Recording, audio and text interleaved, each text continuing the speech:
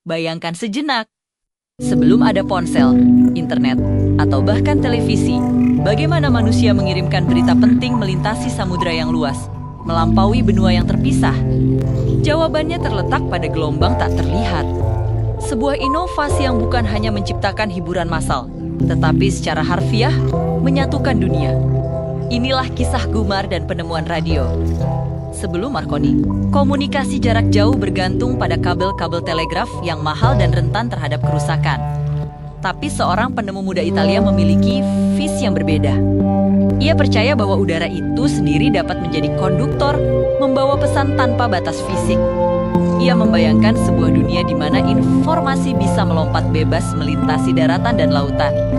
Pada tahun 1895, di usia 21 tahun Marconi melakukan eksperimen pertamanya. Memanfaatkan penemuan gelombang elektromagnetik oleh Heinrich. Ia berhasil memodifikasi peralatan tersebut untuk mengirimkan kode Morse melalui udara. Awalnya, sinyalnya hanya menempuh jarak 1,5 mil. Tetapi ini adalah momen terobosan yang monumental. Itu adalah kelahiran komunikasi nirkabel. Dengan keberhasilan awal ini, Marconi membawa teknologinya ke Inggris.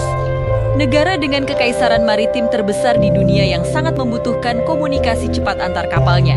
Namun, tantangan terbesar masih menanti Samudra Atlantik. Banyak ilmuwan pada masa itu skeptis. Mereka berpendapat bahwa kelengkungan bumi akan menghalangi gelombang radio untuk mencapai jarak yang sangat jauh. Secara teori, sinyal pasti akan melesat ke angkasa, bukan mengikuti kurva bumi. Mereka menganggap mimpi Marconi adalah hal yang mustahil. Namun Marconi adalah seorang yang gigih. Pada bulan Desember tahun 1901, ia melakukan uji coba paling berani. Dari Pole to Call di Inggris, ia mencoba mengirimkan sinyal ke St. John's, Newfoundland. Kanada melintasi lebih dari 2.000 mil perairan Atlantik yang dingin. Eksperimen itu menghadapi badai dan tantangan teknis yang luar biasa. Antena pemancarnya bahkan sempat hancur diterjang angin kencang. Tetapi kemudian, di tengah salju dan angin kencang di Kanada, Marconi dan asistennya mendengar sesuatu, 3 ketukan samar. Titik-titik dalam kode Morse membentuk huruf S. Itu adalah sinyal radio transatlantik pertama yang sukses. Dunia benar-benar terkejut. Gelombang radio telah membuktikan bahwa mereka dapat memeluk bumi, memanfaatkan lapisan atmosfer untuk memantul kembali dan mencapai penerima yang sangat jauh. Komunikasi global telah dimulai. Selain menyatukan benua, radio Marconi segera membuktikan nilainya yang paling esensial, menyelamatkan nyawa. Momen paling ikonik terjadi pada tahun 1912 ketika kapal termewah di dunia, Titanic, menabrak gunung es. Ketika kapal mulai tenggelam, operator telegraf nirkabel Marconi lah yang mengirimkan sinyal darurat Cekide dan SOAS yang pertama kali di dunia. Sinyal ini ditangkap oleh kapal MS Carpathia yang segera mengubah haluan dan bergegas menuju lokasi bencana. Meskipun banyak korban jiwa, ratusan orang berhasil diselamatkan karena komunikasi nirkabel yang saat itu masih dianggap teknologi baru ini. Radio mengubah keselamatan pelayaran selamanya. Kejadian ini membuat dunia sadar bahwa radio bukan hanya alat komunikasi, tapi juga penyelamat. Dari sinyal S yang samar itu, teknologi berkembang pesat. Radio tidak lagi hanya mengirimkan titik dan garis, tapi juga suara manusia, musik, dan berita. Siaran radio memenuhi ruang lama di seluruh dunia, menciptakan budaya massa dan memberikan informasi secara instan kepada jutaan orang. Penemuan ini menjadi fondasi mutlak bagi semua teknologi nirkabel yang kita nikmati hari ini, dari GPS di mobil kita, Bluetooth di headphone kita, hingga Wi-Fi yang menghubungkan kita ke internet. Setiap kali kita mengirim pesan teks atau melakukan panggilan video, kita sebenarnya sedang berdiri di atas bahu raksasa seperti Marconi. Revolusi radio bukan sekadar penemuan, ia adalah penghubung.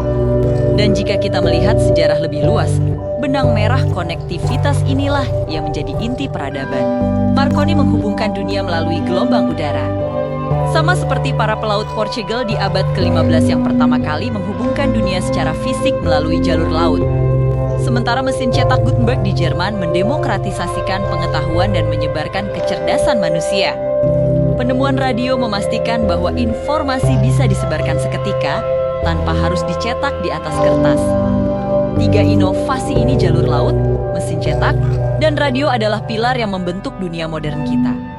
Masing-masing mengatasi batasan yang berbeda, geografi, akses pengetahuan, dan kecepatan informasi. Menariknya, semua cerita besar dalam sejarah baik itu kemampuan teknik sipil kuno di kota Niniwe. Ketangguhan ekonomi di tengah keterbatasan seperti di daerah V modern. Atau kerentanan manusia menghadapi alam seperti banjir Ci 1931. Semua itu dibingkai oleh kemampuan kita untuk terhubung dan berbagi informasi, serta ketangguhan kita untuk bertahan. Radio Marconi adalah perwujudan sempurna dari semangat manusia yang terus berupaya mengatasi jarak dan keterbatasan.